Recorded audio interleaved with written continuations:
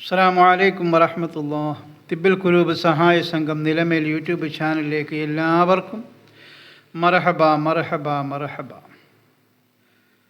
പ്രിയമുള്ളവരെ, ഇന്നിവിടെ പ്രതിപാദിക്കാൻ പോകുന്നത് പരിശുദ്ധമായ ഖുർആനിലെ രണ്ടാമത്തെ അധ്യായമായ സൂറത്തുൽ ബഖറയിലെ 278, 279 എന്നിങ്ങനെ 2 ആയത്തുകൾ മാത്രമാണ്. 277 ആയത്തുകൾ വരെ നമ്മൾ വിശദീകരിച്ച് കഴിഞ്ഞു. അത് കേൾക്കേണ്ടവർക്കും പഠിക്കേണ്ടവർക്കും തിബ്ബിൽ ഖുലൂബിൽ നിലമേൽ എന്ന യൂട്യൂബ് ചാനലിൽ അടിച്ചു നോക്കിയാൽ അത് കാണാവുന്നതാണ്, പഠിക്കാവുന്നതാണ്. റഹമുറാഹിമായ രാജാതിരാജനായ മലിക്കിൽ ജബ്ബാറായ അല്ലാഹുവേ, ഞങ്ങളുടെ സകല പാപങ്ങളും നീ ഞങ്ങൾക്ക് വിട്ടുപുറത്ത് മാപ്പാക്കി തരണേ അല്ലാഹുവേ, ഞങ്ങളുടെ ആഗ്രഹങ്ങളെയെല്ലാം നീ സബലീകരിച്ച് തരണേ റഹ്മാനേ. അതിലൊക്കെയും നീ ബർക്കത്ത് ചെയ്യണേ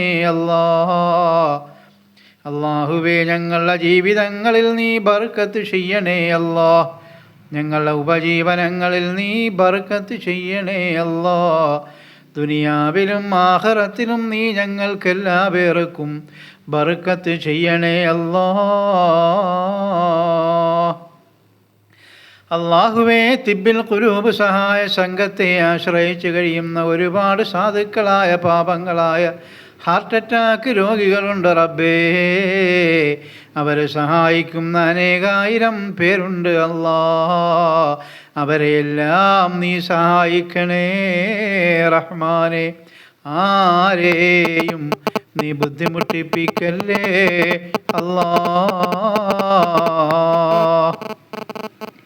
അല്ലാഹു പറയുകയാണ്, ബിസ്മില്ലാഹിർ റഹ്മാനിർ റഹീം. യാ അയ്യുഹല്ലദീന ആമനൂ ഇത്തഖുല്ലാഹ വദറൂ മാ ബഖിയ മിനർ റിബാ ഇൻ കുൻതും മുഅ്മിനീൻ.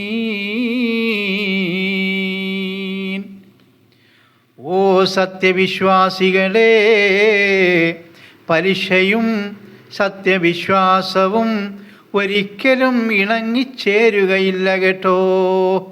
ആയതുകൊണ്ട് നിങ്ങൾ സത്യവിശ്വാസികളാണ് എങ്കിൽ അല്ലാഹുവിനെ സൂക്ഷിക്കുക കേട്ടോ. പലിശയിൽ നിന്നും കിട്ടാൻ ബാക്കിയുള്ളത് ഉപേക്ഷിക്കുകയും ചെയ്യണം കേട്ടോ. അല്ലാഹു പറഞ്ഞതാണ്, ഫഇല്ലം തഫ്അലൂ ഫഅദനൂ ബിഹർബിൻ മിനല്ലാഹി വറസൂലിഹി. ഫഇല്ലം തഫ്അലൂ ഫഅദനൂ ബിഹർബിൻ മിനല്ലാഹി വറസൂലിഹി. അത് നിങ്ങൾ ചെയ്യുന്നില്ല എങ്കിൽ അല്ലാഹുവിൻ്റെ ആധിപത്യത്തെ നിഷേധിക്കുകയാണ് നിങ്ങൾ ചെയ്യുന്നത് കേട്ടോ. അപ്പോൾ അല്ലാഹുവിൻ്റെയും അവൻ്റെ റസൂലിൻ്റെയും പക്ഷത്ത് നിന്നുണ്ടാകുന്ന വമ്പിച്ച സമരത്തെക്കുറിച്ച് നിങ്ങൾ കരുതിയിരിക്കുക കേട്ടോ. കാലേ കൂട്ടി അറിഞ്ഞിരിക്കുക കേട്ടോ. വീണ്ടും അല്ലാഹു പറയുകയാണ്, വഇൻ തുബ്തും ഫലക്കും റൂസു അംവാലിക്കും. വഇൻ തുബ്തും ഫലക്കും റൂസു അംവാലിക്കും. പക്ഷേ നിങ്ങൾ പശ്ചാത്തപിച്ചു മടങ്ങുന്ന പക്ഷം നിങ്ങളുടെ മൂലധനം നിങ്ങൾക്ക് തന്നെ കിട്ടും കേട്ടോ. ലാ തളിമൂന വലാ തുളിലമൂൻ. ചുരുക്കത്തിൽ നിങ്ങൾ ആരോടും അക്രമം കാണിക്കരുത് കേട്ടോ. നിങ്ങളോടും ആരും അക്രമം കാണിക്കുകയില്ല കേട്ടോ.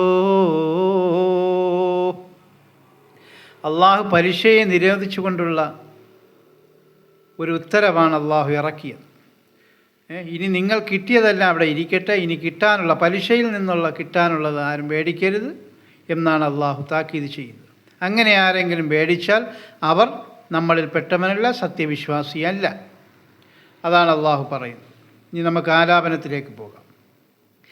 അല്ലാഹ് പറയുന്നു സൂറത്തുൽ ബഖറയിൽ 278 ആയത്തും പലിശകളൊക്കെയും തനിച്ച ഹറാമാണ്, ദീനിനെ ഉൾക്കൊണ്ടോർ മാറിയും നിൽക്കേണം.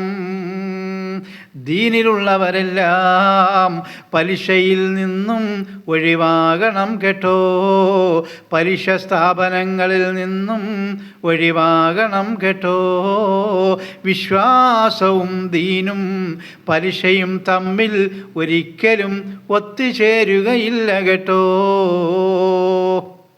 മാറാതെ ആരും നിന്നെങ്കിൽ പലിശയിൽ ദീനിലും പെട്ടവൻ അല്ലല്ലോ അവരുമേ. മാറാതൊരുത്തരും നിന്നെങ്കിൽ പലിശയിൽ ദീനിലും പെട്ടവൻ അല്ലല്ലോ അവരുമേ. പലിശ സംബന്ധമായിട്ടുള്ള ഏത് ഇടപാടുകളിലും ഏത് സ്ഥാപനങ്ങളിൽ നിന്നും സത്യവിശ്വാസം ഉൾക്കൊണ്ടവർ മാറി നിൽക്കണം എന്നാണ് അള്ളാഹു പറയുന്നത്. അങ്ങനെ മാറുന്നില്ല എങ്കിൽ അവർ ദീനിൽ ഉൾക്കൊണ്ടവരല്ല, അവർ അവിശ്വാസികൾ തന്നെയാണ് എന്ന് അള്ളാഹു പ്രഖ്യാപിക്കുകയാണ്. അപ്പോൾ നമ്മൾ പറഞ്ഞു വന്നത്, ബാങ്കിലൊക്കെ ജോലിയുള്ളവർ, അതുപോലെ പണയം വയ്ക്കുന്ന സ്ഥാപനങ്ങളിൽ ജോലിയുള്ളവർ, അങ്ങനെയൊക്കെ നമ്മൾ നോക്കുക. പലിശ സംബന്ധമായിട്ട് ഏത് സ്ഥാപനങ്ങളുമായിട്ട് ബന്ധമുണ്ടോ ആ സ്ഥാപനങ്ങളിൽ നിന്ന് മുസ്ലിമീങ്ങൾ ഒഴിഞ്ഞ് മാറി നിൽക്കണം എന്ന് അള്ളാഹു പറയുകയാണ്. പച്ചയ്ക്ക് അള്ളാഹു പറയുകയാണ്. വേണമെന്നുള്ളവർക്ക് അംഗീകരിക്കാം, അല്ലാത്തവർക്ക് തുടരാം. എന്നിട്ട് അള്ളാഹു ഒന്നുകൂടി പറയുന്നുണ്ട്, ഈ പലിശ സ്ഥാപനങ്ങളിൽ ഈ പലിശയുമായിട്ട് ബന്ധപ്പെട്ട് നിങ്ങൾ നിൽക്കുകയാണ് എങ്കിൽ നിങ്ങൾ സത്യവിശ്വാസികളേ അല്ല എന്നുകൂടി അള്ളാഹു പറഞ്ഞു വയ്ക്കുകയാണ്.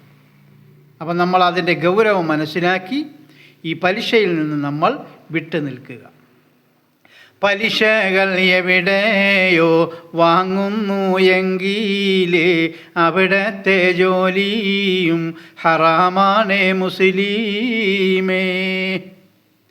ഞാനും പറഞ്ഞില്ല, അല്ലാഹ് പറഞ്ഞതാ, ഖുർആൻ തെളിവാണ്.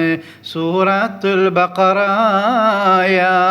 ലോൺ എടുത്തവരുണ്ടല്ലോ, പലിശയുമായി ബന്ധപ്പെട്ടവരാണ്, നിങ്ങൾ കഴിവതും അടയ്ക്കാതിരുന്നാൽ നിങ്ങൾക്ക് അള്ളാഹുവിലാണ് വിശ്വാസം, ദുനിയാവിൽ മോഹമൊന്നുമില്ല എങ്കിൽ പലിശ ഇനി നിങ്ങൾ അടയ്ക്കുകയോ പലിശയുമായി ബന്ധപ്പെടുകയോ ചെയ്യരുത് കേട്ടോ. അപ്പോൾ പലിശ അടയ്ക്കാതിരുന്നാൽ പോലീസുകാരൊക്കെ വരും എന്നൊക്കെ നിങ്ങൾക്ക് ഭയമുണ്ടെങ്കിൽ നിങ്ങൾ എന്ത് വേണോ ചെയ്തു. അതല്ല അള്ളാഹുവിൽ അടിയുറച്ച് വിശ്വസിക്കുകയാണ് എങ്കിൽ, ഈ വണ്ടിക്ക് വാഹനങ്ങൾക്കൊക്കെ ലോൺ ചെയ്തവരുണ്ടല്ലോ, അതുപോലെ ബാങ്കിൽ സർവീസ് സഹകരണ ബാങ്കിൽ നിന്നൊക്കെ പലിശ എടുത്തവർ, അപ്പോൾ അതിൽ നിന്നൊക്കെ നമ്മൾ ഒഴിഞ്ഞു നിൽക്കണം. മനസ്സിലായില്ലേ?